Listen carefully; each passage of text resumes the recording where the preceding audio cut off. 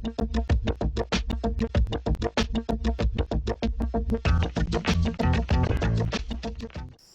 thought I would go over my steps for taking time-lapse videos with the Canon T4i. Time-lapse videos where you take a series of still shots and you put them all together into a movie and run it smoothly through. You can have some really nice effects with that. I'm out in this pretty spot. We have some clouds passing over. I think would make a nice spot for a time-lapse movie.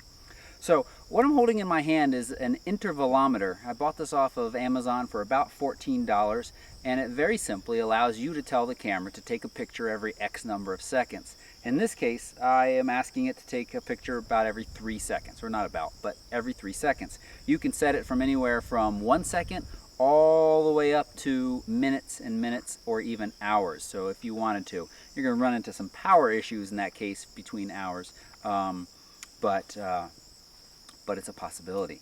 You have a setting for delay, how long before it takes that first shot. And I actually have some tips for that. This is great to not only use for time-lapse, but also family group photography, where you need to be in the picture as well. It's much better than setting the self-timer, running over there, taking a picture, and running back. Set up your shot, plug this in to wait 10 seconds, and then have it fire 10-15 images off, and you all can stand over there and have 10-15 quick ones. Make sure that everybody's smiling, get everybody where their eyes are open and everybody's looking at the camera and things of that sort. So it's not just for time-lapse photography. So 5 seconds, it's going to start. Then I have it taking a picture every 3 seconds, and I have the number of photos set for this as infinity. So it's just going to keep going until I have stopped. Now down here on the Canon, I have turned image review off. I've already taken my first sample shot to get my exposure right, because I am shooting in manual. Don't be scared of shooting in manual. With the live view on, just change your shutter speed and your aperture until it looks the way that you want it to look. And for the most part, that usually should be about the amount of light that you see with your eyes is kind of what you want to see on the back of the screen. So I have it in manual. You don't want to use the automatic mode because the camera can adjust the aperture, and you can end up with, over the course of the movie, changes in both flickering and light and dark, and also changes of what's in focus. So you want to be making all of the decisions. I have also turned the beep off, just because it's kind of annoying, and I've turned image review off. You want to save battery life. You're not going to be looking at the back of this camera for every picture. And in fact, I'm just going to fold the screen in on itself because I don't need to see that at all once it gets going.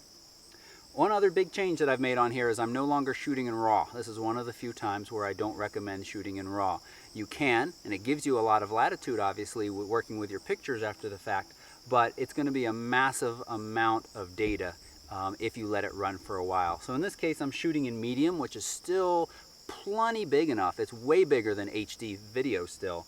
You can even shoot in small and still be bigger than HD video. So I've turned the beep off. I've set manual focus. I didn't say that one. I have turned image review off. I am shooting I'm shooting in medium, not raw. And now I'm just going to plug this intervalometer into the remote port on the side, and I'm going to hit start. And it's going to count down for 5 seconds the first time, and then it's going to take a picture every 3 seconds. And you want to make sure that you're not banging the camera around or moving it. You don't have to use a tripod, but you obviously need to leave the camera still and just leave it alone wherever it's running. You can do this with, obviously, scenery and clouds of the sky.